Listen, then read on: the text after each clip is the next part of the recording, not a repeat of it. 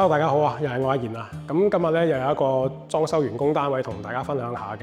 咁今日我哋就嚟到馬鞍山嘅聽同雅苑。咁呢一個係原則咧就係3房連一個雜物房、2個廁所嘅大單位嚟嘅。咁今日我哋完咗工做完晒之後咧，同大家分享下嘅。咁而家我哋大家睇睇完工嘅情況係點樣。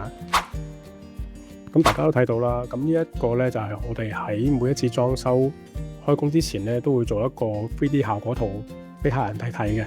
咁主要目的嘅就係當所有設計物料揀好咗之後，出一個效果圖咧，咁啊等客人有一個心目中有一個預算啦，知道做完出嚟嘅效果咧大致上係點樣嘅。而大家都見到而家呢一個 3D 效果圖同我哋實物做出嚟咧嗰個成品咧，其實都非常接近、非常相似嘅。咁所以就大部分客人見到有呢個效果圖咧，都對我哋做出嚟嘅裝修咧都非常有信心㗎啦。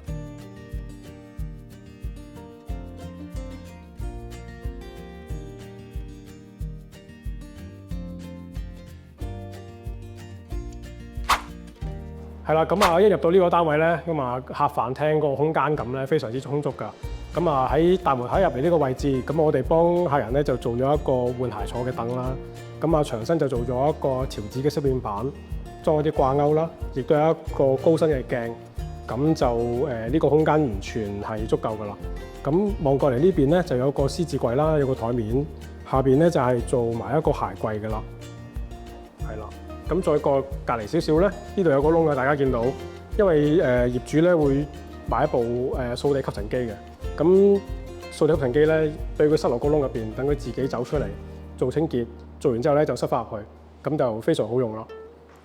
咁喺呢一邊飯台位置啦，不過就張飯台就暫時未到啦。係啦，咁呢一個位咧就有一個少少嘅吧台位啦。係啦，咁下邊咧就預留咗個空間咧，因為呢度有養貓㗎。係啦，咁第時啲貓嘅食嘢嘅自動餵食機啦、飲水機啦，咁都會擺喺呢個位置嘅。係啦，咁啊呢度有個台面啦。咁啊，大家如果睇翻我哋上次工程期間嚟做嘅時候咧，見到咧呢一個位原本係一隻生窗嚟㗎。咁我哋呢隻窗咧知道係望嗰個天井位嘅。咁所以我哋今次咧就將呢隻窗就封咗啦，就做咗一個飾物櫃。係啦，咁就多咗一個 display 嘅空間啦。係啦，咁啊行過嚟客廳呢一邊咧，咁啊亦都係做咗一個好大嘅電視櫃啦。咁個電視機亦都裝咗上去，咁就裝咗一個75寸嘅電視嘅。咁啊個空間咧都仍然非常之充足。下邊有一個矮身嘅電視櫃啦，又係啦。我哋咧就做咗呢一啲凹槽啊，用嚟收納一啲電線啦、寬頻線嘅位置，咁就唔會咁雜亂啦。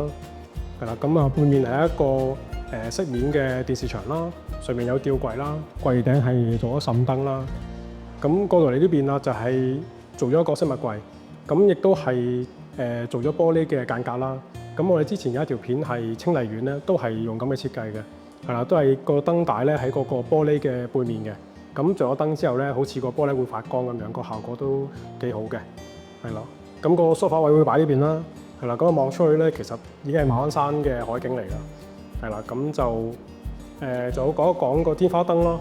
今次嘅天花燈咧，我哋用咗一個磁吸嘅天花燈嘅。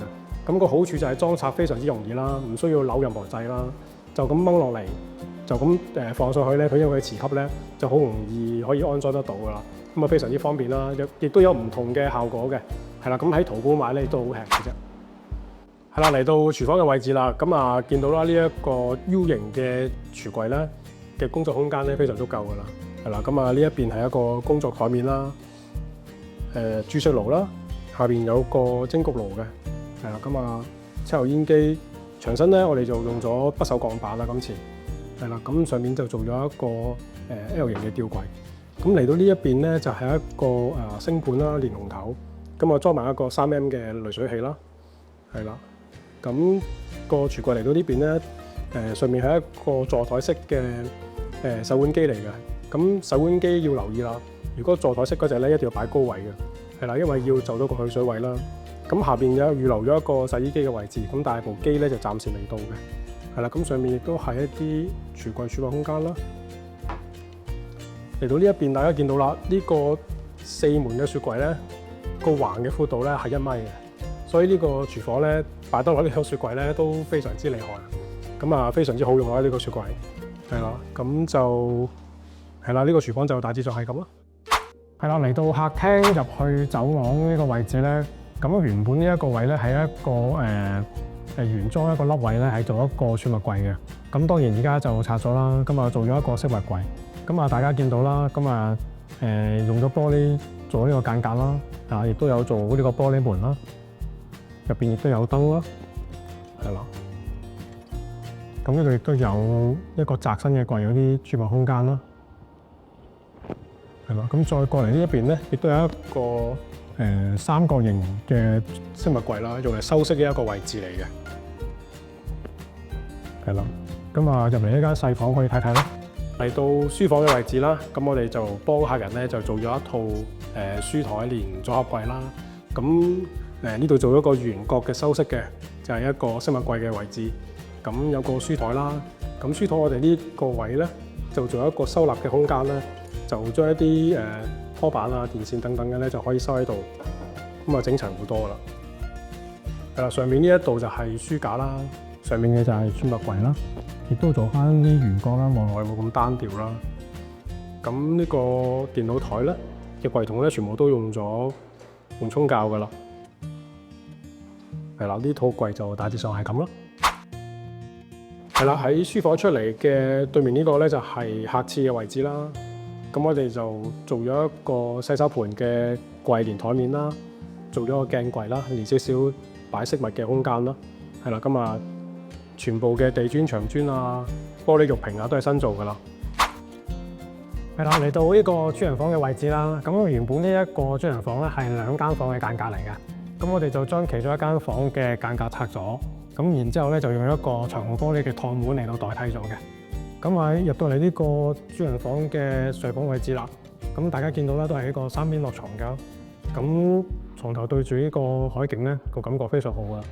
咁呢一邊咧，亦都做咗一個入牆衣櫃啦，係啦。咁啊有足夠嘅儲物空間㗎啦。係啦，個櫃門咧都做咗長虹玻璃嘅裝飾啦。好，咁而家我哋入去衣帽間嗰度睇睇，係咯，嚟到主人房嘅衣帽間咧，見到我哋做咗一個3趟嘅玻璃破碗啦，用咗長虹玻璃做嘅，咁亦都有緩衝路軌噶啦。咁入到嚟呢個位置咧，就係一個好大嘅衣櫃連梳妝台嘅空間啦。呢邊咧亦都做咗一個全新嘅鏡嘅櫃門嘅。呢度就做咗一個衣櫃嘅位置啦。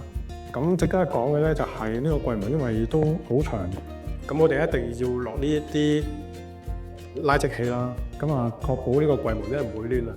因為日子耐咗，呢啲櫃門咧因為潮濕變化咧就會容易啲攣嘅。係啦，咁所以呢個我哋一定要做嘅。係啦，咁衣帽間嘅對面咧就係一個主人房嘅套廁嚟嘅。我哋可以入去睇睇。係啦，嚟到主人房嘅套廁位置啦。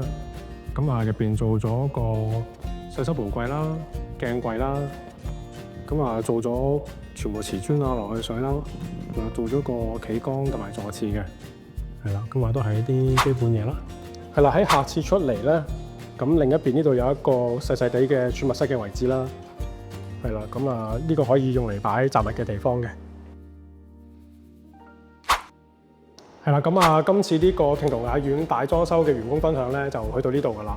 咁如果大家對呢條片係有興趣，想知道呢個單位裝修上面設計方面多啲資料嘅，大家可以留言啦、讚好啦，留言話俾我哋聽，你哋想要呢個單位嘅平面設計圖，咁我哋會將呢個平面設計圖咧係免費俾大家嘅。好啦，咁今日呢條片就去到呢度啦，咁啊下次再有大裝修嘅員工分享咧，就會再拍片分享俾大家嘅。去到呢度啦，拜拜。如果中意我哋